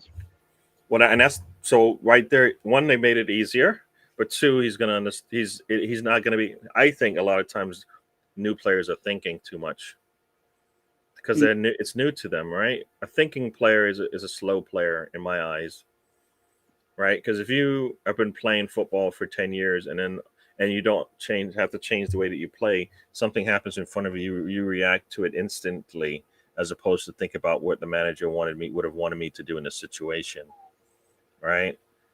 So that's kind of my thing, and that's why you'll see some teams as soon as there's a turnover, the ball gets turned over, immediately the entire squad reacts to it and moves. And the teams that don't usually means that the person with the ball ends up looking around for help, right? Like if we see it with Martinelli, he'll get the ball, he'll take off down the side, and then he gets stuck, and there's nobody there to support him. And you're like, well, what's going on here? Have they not seen this before? And we see it so many times from him. So we're like, eventually somebody will realize that when he gets the ball, he's going to bomb down the side. He's going to try to cut in, probably too late, but it's got to be somebody there to provide support for him. All right. So, yeah, I don't know if I went off on a tangent there, but that was kind of No. that was kind of we were talking about happy to be here and happy to be at Arsenal kind of thing. I went off on a tangent on some cricket there, but players coming in. So yeah, but to get back to that, what we have right here, have there on the Yeah, but there's very few footballers in the world that I can believe grow up wanting to play for Tottenham at any level. And Tottenham don't strike me as the sort of team where people want to go there because they have an affinity for Tottenham. And people might then turn around and go, Tottenham actually have one of the biggest supporters groups in the world, and we've got a supporters group in Denmark and whatever. I was like, I don't care. You're Tottenham. Who wants to play for you? Even the people you're paying to play for you probably can't wait to get out. That is true. Yeah, I am coming for Tottenham. Yeah. That is true. That is true. Yeah, as a I almost said the name. I almost said it there. But as a fan of that team, like they just don't have. Yeah. Well, we've got so much history. We won the first teams in England to win the double. I don't give a fuck. Fuck you. And they're going to turn and go, oh, we're going to beat you twice next season. We beat you twice last season. I don't care. I'm still going to roast you because that's what you are. You're roastable. Yeah, definitely. So, yeah, really, definitely Martinelli. I expect at least 10 goals from him, no problem. And as you got here, like, Bergkamp was a fan of that team. And they didn't want him, right? And they didn't see... They did not have an eye for talent to see what they were missing, right? And sometimes you don't see it. You know what? I don't think it was that they didn't have an eye for talent. If I remember rightly, that time, the season before, they splashed out big on about 5 to 7 players that had good World Cups, and that cost a lot of money at the time. So I'm going to guess that the season after, they were a bit like, well, we're not getting stung by this again. But if they had an eye for talent, they would have known what was coming, regardless of how much they just spent, right? Because you see it all the time. A team comes out that spent a lot of money, and they're like, why are they spending more? And then eventually you're like, oh, that's why, right? You know, Liverpool goes out, gets Jota. Jota comes in, shows that he's worthy of starts and can give them what they want. They still went out and got Luis, right? And some might say, well, what's going to happen to Jota? And we're looking at it now going, nothing's changed, right? Because things have just changed around them. Mane's gone, Nunez is in. You know, it just gives them the same sort of squad that they wanted. They've got the squad depth that they need, the rotation they need, and players that can actually do the job. So, and that's what I mean. Like, they don't know Mane's leaving, but they have already answers regardless of if he left, and they can at least start a front three that can compete, right? I think right? they knew. I think they knew well in advance. They also knew before we knew. Yeah. Like, But yeah, they knew they knew, but they were already getting players in before that, yeah, like a year or two before that. they Where you're probably had looking an at, idea that, he was on his last legs at the club, not in football. I mean, because that and sort of team, you have to, you can't, at that level, you can't maintain the same squad for 10 years at a time.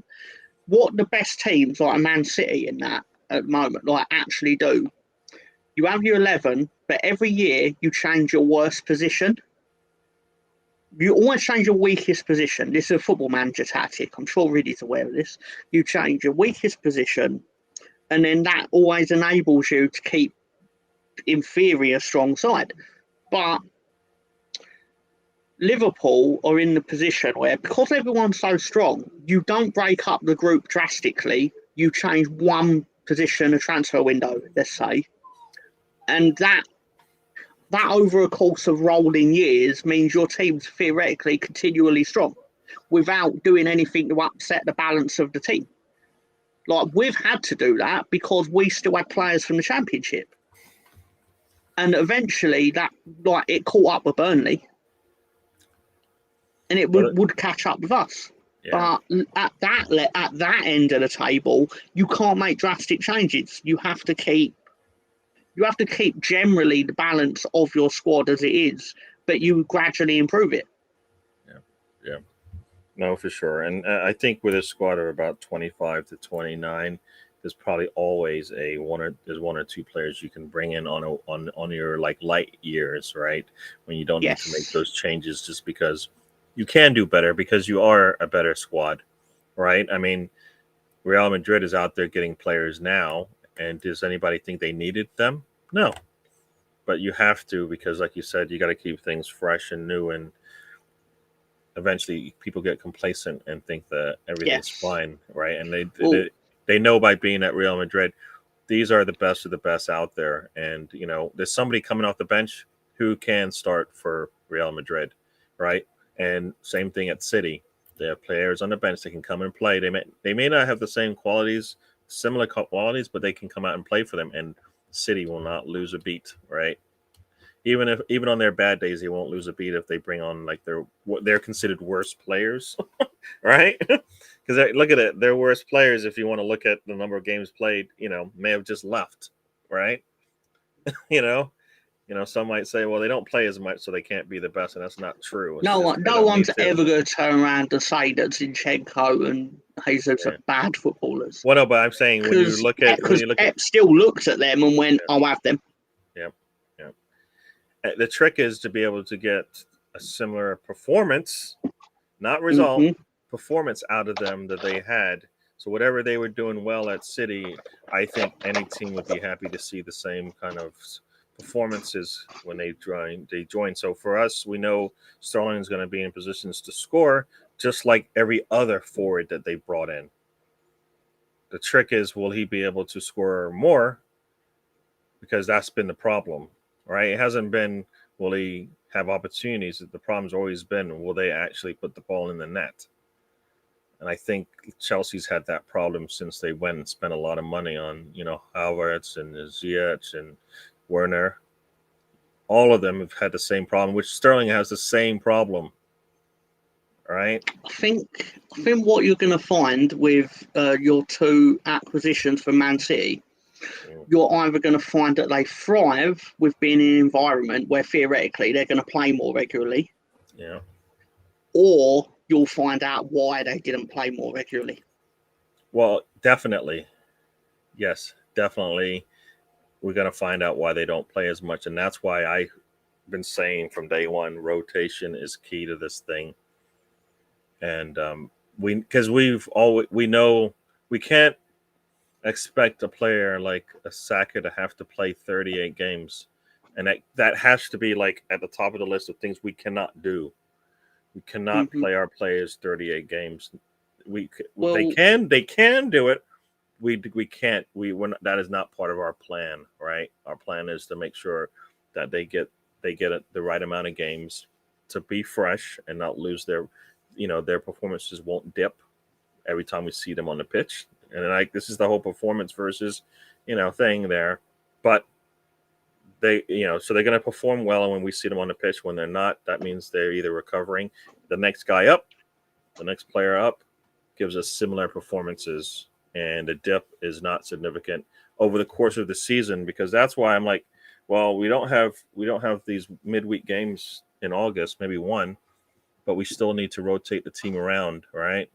Because those same players will be dependent on to give us something, especially in October when things are going to be tough. We have our toughest teams we're playing, and we'll probably be playing some midweek games against and traveling. So, gonna have to keep guys fresh. What's quite interesting about that and your feelings on rotation, and they're not wrong, but what I find interesting is Bielsa has the complete opposite belief. Bielsa believes you find out who your best 11 players are, and you play them, and then you play them again, and then you play them again, because he believes continuity-wise over time, your best players should always play when possible, and that will win more often than not. Because why would you not play your best 11 players if you have them available? That's just basically what he believes. Yeah. But then even within that, his tactic is you get the ball to your best player within the 11 players. Yep. I find it fascinating. No, what you're saying, like when I say rotation, I'm not saying like you No, should I know see, what you're saying. Yeah, but you should what see. you're saying makes sense over a season. Yeah. But you're gonna see as a manager, you have to know your players, right? And like either they come out at practice and you're like, well, I think we're gonna have to sit Saka down because I just don't like the way he's been practicing. And the last game, with the last 40 minutes of the game, I just wasn't too. He needed it, right? Mentally, physically, whatever the answer may be. Plus, there will be injuries, there will be cards, there will be sicknesses, there'll be reasons why players aren't available, and you have to deal with that. And you can't wait until those situations happen to go, well, I'm going to bring this player in and they'll be fine. Some players can do it, and we've seen that, right? We've seen that El Neni, we've seen that Lacazette. I can't speak to your side, but I can tell you what I've seen. El Neni comes in, he can do a job for a bit, not a while. Like in and out, he'll be fine. Over the course of a week or two, things will start to degrade in the performances you get out of him. So that's why you need the rotation. So when they come in, they're mentally ready to go. All right. So that's kind of how I feel about that whole situation there, and it might be a repeat from what I've said over the course of my time on the podcasting thing. But if we want to stick, I don't know if we have anything more to say on the whole. Happy to be here. I just found it interesting that because I agree with what you're saying, but I just found it funny knowing that Bielsa's opinion is if Bielsa could have done it and got away with it, he would have just had Leeds as a 14-man team. Yeah. Because he'd have gone, I have my best 11, and I'll have 3 for if one of them gets injured. which is ironic considering they all got injured. But Yeah. Well, the trick and though is like, if you can have one of a Rafinha, why wouldn't you want to have two of Rafinha? If I can have one of Bamford, why can't I have two of Bamford?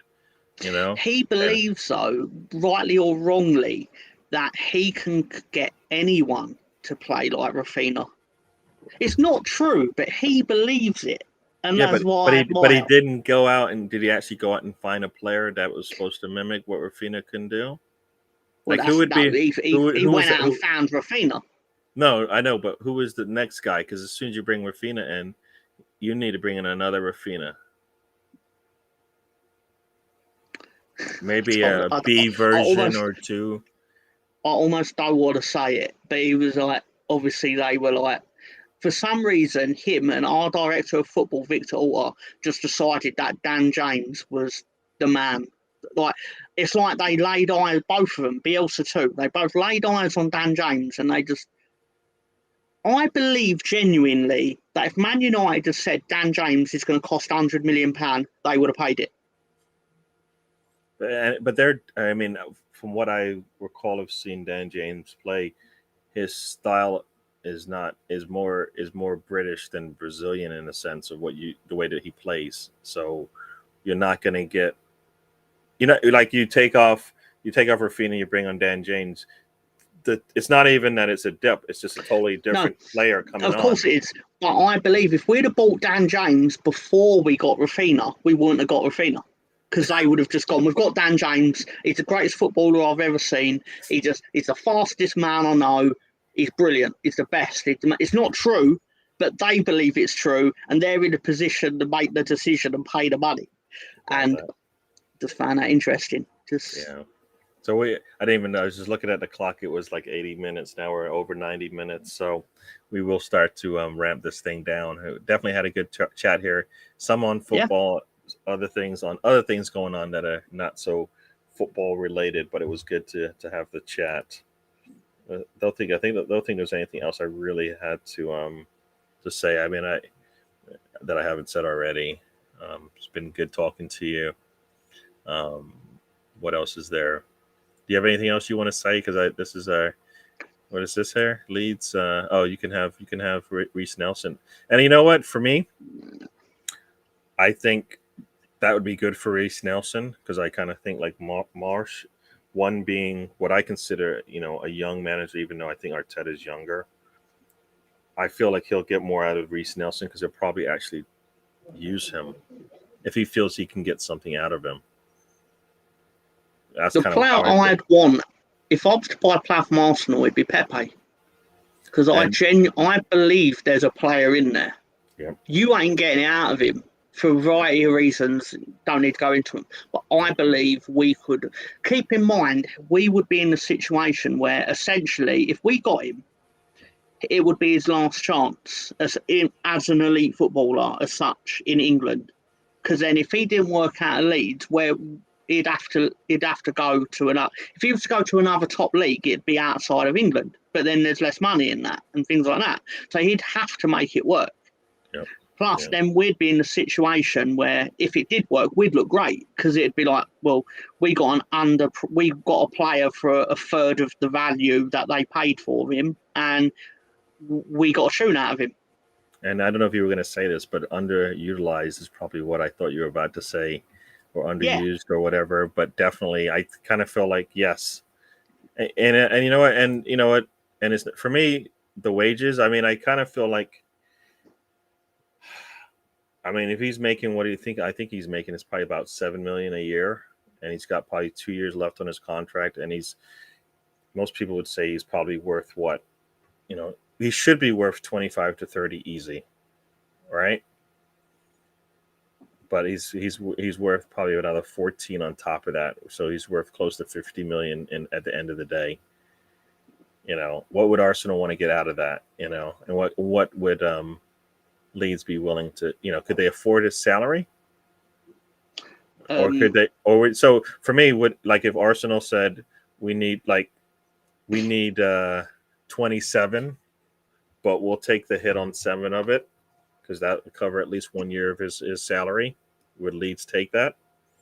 because Arsenal would definitely, I think, should take the 20. I was going to say, I think it could work better if he was really insistent on at least not losing his wage in terms of not wanting to take a pay cut. It would probably work out better if you paid some of it. Mm. As such, I mean, I don't know what he's actually on. I imagine it's a lot because you paid 70 odd million. Yeah, But I have something here that kind of showed the salaries. Let me see if I can bring that up while you're talking. you Go have ahead. to keep in mind we got Rafinha and Calvin Phillips. Calvin Phillips was earning a lot of money at least. Like we got him both off the wage bill.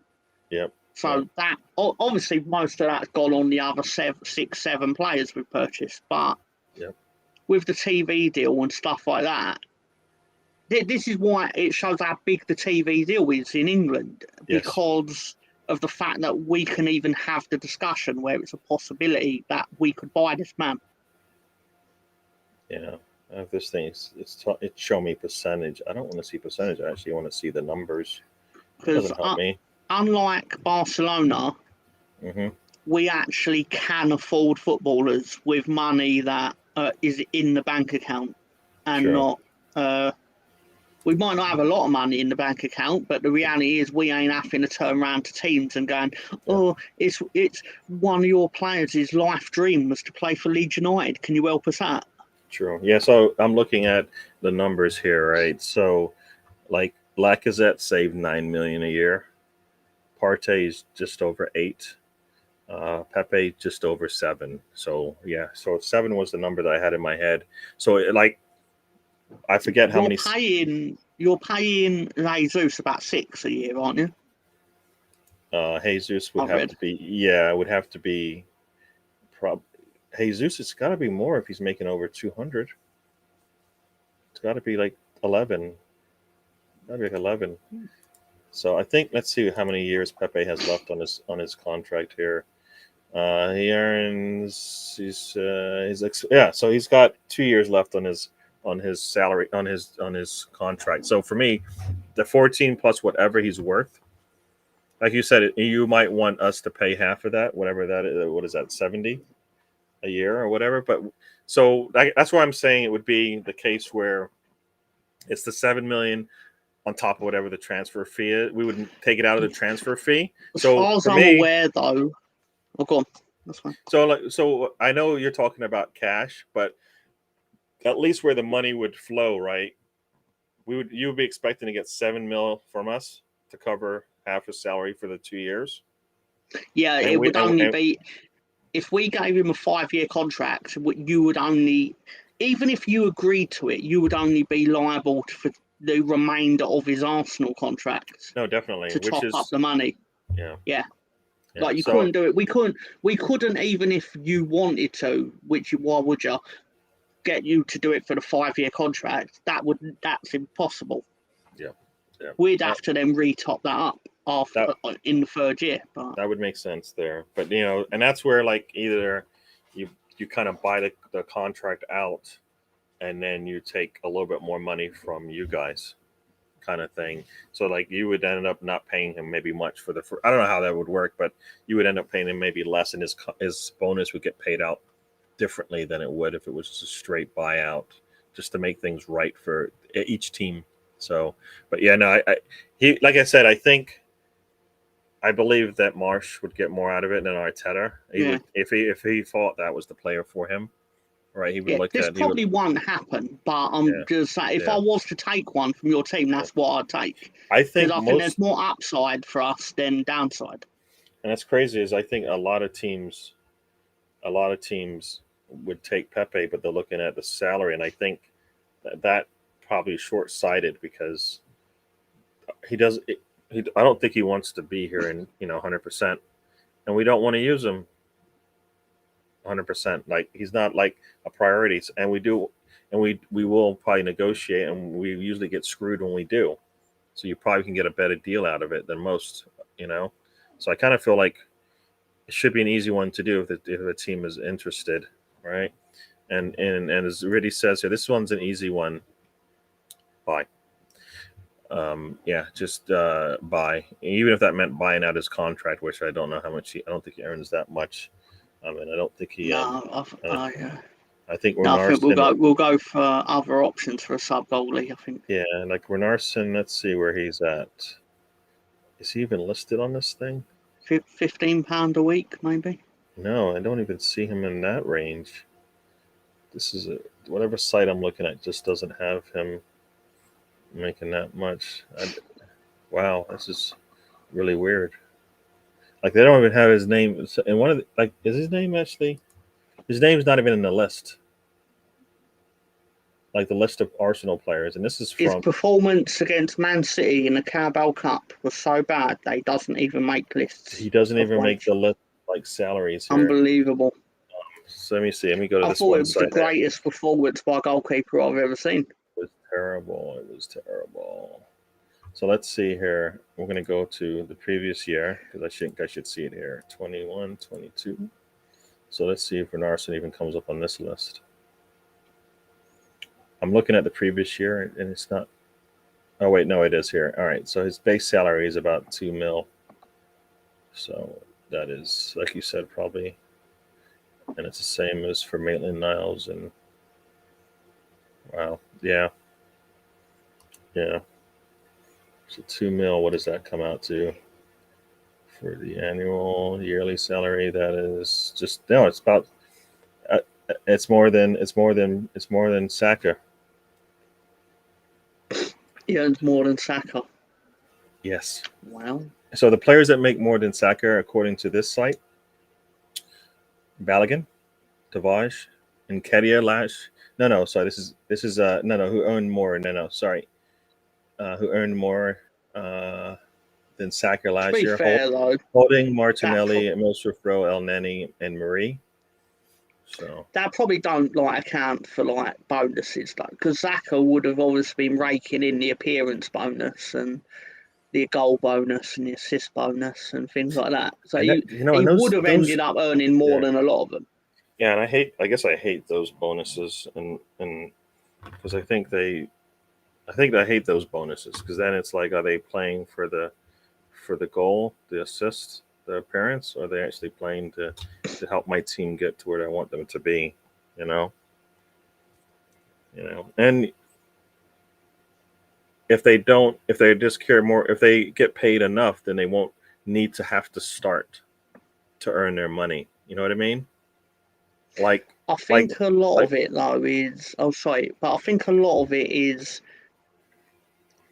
they earn so much that I don't think a lot of them are petty enough to sit there and think, I'm not going to pass to this player because I want the £7,000. Like, I think they earn so much money that that is like icing on the cake rather than you know, something I think is actually going to detrimentally affect performance. no, I get that. Like in that instinct, they're not going, all right, well, there's 5,000 pounds out the door because I just gave away an opportunity. I'm going to get the assist and not the goal. I don't think that, but I kind of felt like the fact that that's in the deal is maybe why maybe some managers play players a certain way or not. Whereas if it's just to win, like this is where there's performance and results. And if I'm trying to, if it wait, like I'd rather have the player that's going to give me the performance with the intent that the results will cover. But at some point, I'm going to need to pull that player out because Mm. I don't care anymore about the performance of the player but I know this player will give me the results I want. So I want them to either go in, make the header to clear off the line, no matter what. They might pull a yellow card at some point in the game, but I know they're going to clear out the line when the shot comes in, or this player is going to give me a goal or assist, but they may not track back the way I want. Those types of things. Those are kind of the way. That's when you weigh the performance over result because you don't really have the time is of the essence at that point.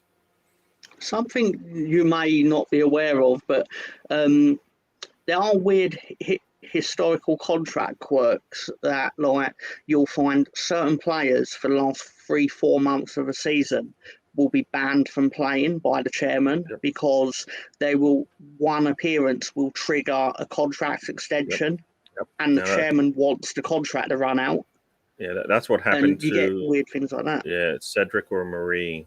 I believe there was every 10 matches that they played, it triggered a bonus or whatever to the squad. So it was getting to the point where if he had played his 20th game match or whatever at that point, they would trigger a release of that bonus, and then we never saw him again or something like that. Which I kind of feel like I get it if you, I mean, and we finished 8th. So if you're not playing a player because of the extra money that you might have to pay, and you are hurting your chances of moving up the table, because you get money for that too, where you Yeah. sit in the table. So what are you doing? Like you knew that, like at that point you were okay. Like at the worst case scenario for the year, if we play him 38 matches, this is what it's going to cost, and you budget for that when you actually That's sign the what that. contract. So I hear what you're saying, but kind of you to think like if you're thinking like that way, and that's why a player Mm, doesn't play, you're just hurting yourself at the end of the mm. day for Based what I on what you're saying, though, like say this Marie thing is factually true. I don't know if it is. Let's just say it is. I've no reason to think it isn't. Let's just say it's. What I think that indirectly says is that your chairman doesn't think that Pablo Marie can affect the team in a positive way because, like you said, going up a position triggers more money for the club. But he thinks that if you play that player, you ain't going to get the result to do that, but it's still going to cost him money. That's what yeah, he's but indirectly said. you're bringing in a player, right? You're bringing in that player to do a job, and now you're Yeah, saying no, that, no, I get that. But yeah, that's what the chairman is saying is that even yeah, if you play Marie, you yeah, ain't going to win. Or you don't, sorry, you don't have a extra chance of winning. Like your squad's not stronger through playing him, but it's going to cost me. yeah. No, I, no, Whether he I means that or not is what he's saying. no, no, definitely, definitely. Like I said, I kind of feel like if that's where you're at, then you just did the wrong. That's when you signed the wrong player. Yeah. You can't like, and that's why that you have to have a squad, right? I need to be able to depend on everybody I bring in, or else what's the point? Like if, like right now, like we need to score a goal, Pepe should come on. He gives us the best Hmm. opportunity on anybody on the team today, coming off the bench to put us in an opportunity to score a goal. So with that in mind, you play him, you know. Yeah, basically, yeah. But we don't play him for whatever reason. It could be monetary, it could just be, we don't like the player or whatever. But we put a shirt on him and set him on a bench. Anybody on the bench should play, and this is when it comes down to that same thing. Like, if the player's on the bench, then they should start, right? If Kevin De Bruyne is on the bench, 9 times out of 10 he's starting, and when he doesn't, then you realize from a Pep standpoint that there must be like because of Pep's experience, you go, Excuse me, sorry. it's probably a reason why he's not playing. Excuse me. Yeah, I You think know, you'll find that these contract quirks though happen more outside the Premier League because the money has to go further. Excuse me, sorry. yeah, I hear you. Because like teams have to be more careful with their money. Like the Premier League is, I'm not saying Premier League teams ain't careful, but there's more room obviously for they're less likely to do something like that over 20 grand than you are in the Championship True. True. But because you what haven't I've got the seen, TV money coming in. yeah, yeah. You see, like Mm. then I'll see the team like waste money elsewhere. So I'm like, it shouldn't have mattered. It shouldn't have Yeah, mattered basically. because you wasted the money over here.